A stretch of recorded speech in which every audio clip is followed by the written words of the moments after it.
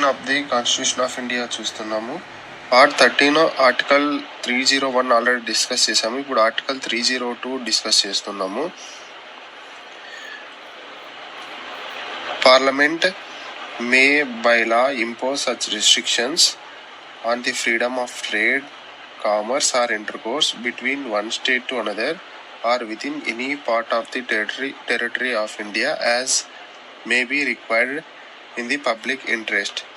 అంటే ఇప్పుడు ఈ ఆర్టికల్ ఏమి అంటే, ఇప్పుడు మనం ఆర్టికల్ 301 అనేది ఆల్రెడీ చూసాము. అంటే మనం ఎక్కడైనా కానీ ఇండియాలో ట్రేడ్ చేసుకోవచ్చు. ఇప్పుడు ఆర్టికల్ 302 ఏం చెప్తుంది అంటే, పార్లమెంట్ మేక్ బై లా, అంటే పార్లమెంట్ అనేది ఒక లా చేయొచ్చు. అంటే ఎక్కడంటే అక్కడ, అంటే మనం ఎక్కడన్నా ఆర్టికల్ 301లో చేసుకోవచ్చు కదా. కానీ ఇప్పుడు ఏమి అంటే, పార్లమెంట్ ఒక చట్టం ద్వారా దాన్ని రిస్ట్రిక్ట్ చేయవచ్చు, ఫ్రీడమ్ ఆఫ్ ట్రేడ్ని.